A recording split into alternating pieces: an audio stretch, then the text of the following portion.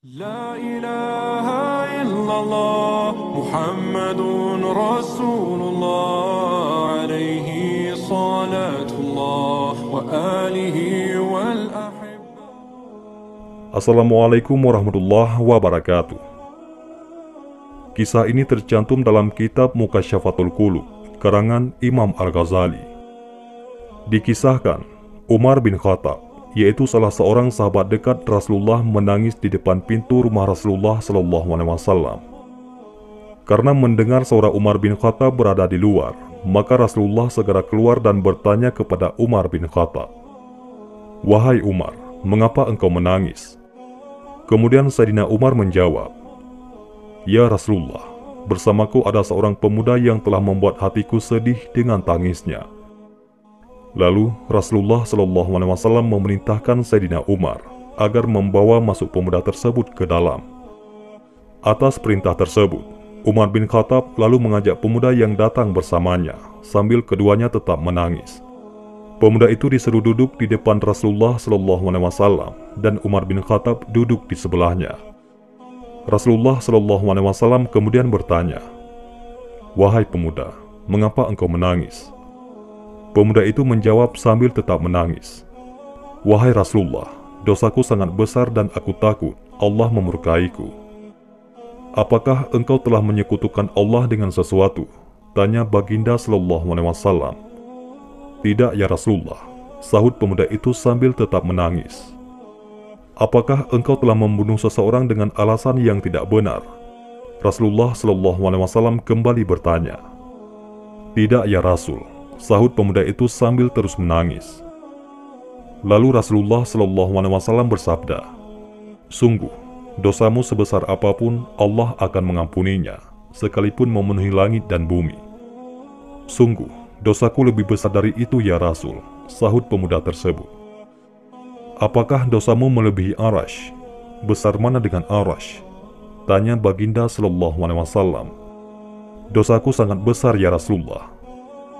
"Lalu besar mana dosamu dengan keagungan, ampunan dan rahman Allah?" tanya Rasulullah SAW. "Tentu keagungan, ampunan dan rahman Allah lebih besar. Tetapi dosaku sangat besar ya Rasulullah," jawabnya masih dalam keadaan menangis terisak-isak. Karena kurang mengerti maksud pengakuan dari pemuda tersebut, akhirnya Rasulullah SAW bertanya kembali, "Cobalah katakan, dosa apa yang pernah engkau perbuat?" "Aku malu menyebutnya ya Rasulullah," kata si pemuda tersebut. Karena Rasulullah SAW terus bertanya, pemuda itu pun mengatakan dosanya secara jujur.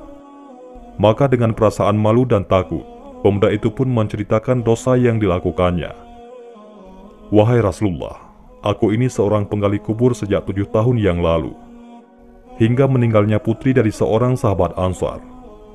Melihat kecantikan dan kemolekan tubuhnya, nafsu birahiku memuncak. Setelah kuburan sepi, kubongkar kuburnya dan kutelanjangi mayat gadis tersebut. Setelah kucumbui, nafsu birahiku tak dapat kutahan, lalu kusetubuhi. Saya terkejut, tiba-tiba mayat gadis itu berkata, 'Tidakkah engkau malu kepada Allah pada hari Allah menghukum orang-orang yang berbuat zalim? Sementara engkau menelanjangiku dan menyetubuhiku di antara orang-orang yang telah mati. Engkau membuatku dalam keadaan junub di hadapan Allah.'" Mendengar pengakuan dari si pemuda itu, Rasulullah SAW segera bangkit berdiri dan meninggalkannya seraya berseru, "Hai pemuda fasik, pergilah, jangan engkau dekati aku. Nerakalah tempatmu kelak." Pemuda itu pun segera keluar meninggalkan rumah Rasulullah SAW sambil menangis. Ia berjalan dengan arah tak menentu keluar dari kampung. Sampailah ia di padang pasir yang luas lagi panas. 7 hari lamanya ia tidak makan dan minum karena penyesalan dan kesedihan yang sangat mendalam, hingga lemahlah keadaan tubuhnya. Tak kuasa lagi berjalan, lalu kemudian jatuh tersungkur di tempat tersebut. Di atas pasir, ia bersujud kepada Allah, lalu berdoa dan memohon ampunannya dalam tangisnya. "Ya Allah, aku adalah hamba-Mu yang telah berbuat dosa besar. Sekarang aku datang ke pintu-Mu, agar engkau berkenan menjadi penolongku di sisi kekasih-Mu. Sungguh, Engkau Maha Pemurah kepada hamba-hambamu, dan tiada tersisa harapanku kecuali kepadamu. Ya Allah, sudilah menerima kehadiranku. Kalau tidak, datangkanlah api dari sisimu, dan bakarlah tubuhku dengan apimu di dunia ini, daripada engkau bakar tubuhku di akhirat nanti. Setelah itu, malaikat Jibril alaihissalam datang kepada Rasulullah SAW usai menyampaikan salam dari Allah. Jibril alaihissalam berkata, "Wahai Muhammad, Allah Subhanahu wa Ta'ala bertanya kepadamu, apakah engkau yang menciptakan makhluk? Bahkan dialah yang menciptakan diriku dan mereka." Jawab Rasulullah SAW. "Apakah engkau yang memberi rezeki kepada mereka?" tanya Jibril alaihissalam. Rasulullah SAW menjawab, "Bahkan dia memberi rezeki kepadaku dan mereka." "Apakah engkau menerima taubat mereka?" tanya Jibril alaihissalam untuk kali yang sekiannya.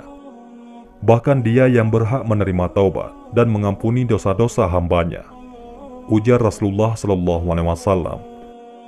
Malaikat Jibril alaihissalam lalu berkata, "Allah berfirman kepadamu, telah datang kepadamu seorang hambaku, dan ia menerangkan satu dosa dari beberapa dosanya. Maka kamu berpaling daripadanya dan dosanya. Maka bagaimana keadaan orang-orang mukmin kelak, apabila mereka datang dengan dosa yang banyak lagi besar, ibarat gunung yang besar? Engkau adalah utusanku yang aku utus sebagai rahman untuk seluruh alam. Maka jadilah kamu orang yang sayang menyayangi pada semua orang yang beriman, menjadi penolong bagi orang-orang yang telah berdosa dan memaafkan ketelanjuran dan kesalahan mereka. Karena sesungguhnya aku telah mengampunkannya, menerima taubatnya dan dosanya." Kemudian Rasulullah SAW mengutus beberapa sahabat. Maka mereka menemui pemuda tersebut, lalu memberi kabar gembira kepadanya dengan maaf dan ampunannya. Lalu mereka membawa pemuda tersebut berjumpa dengan Rasulullah, yang mana ketika itu beliau sedang menunaikan sholat maghrib, dan mereka pun bermakmum di belakangnya.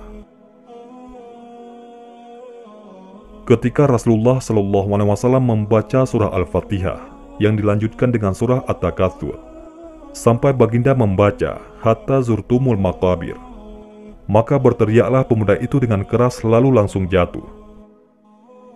Ketika selesai sholat, mereka dapati pemuda itu telah meninggal dunia. Mudah-mudahan Allah menerima taubatnya. Wallahu a'lam bishawab.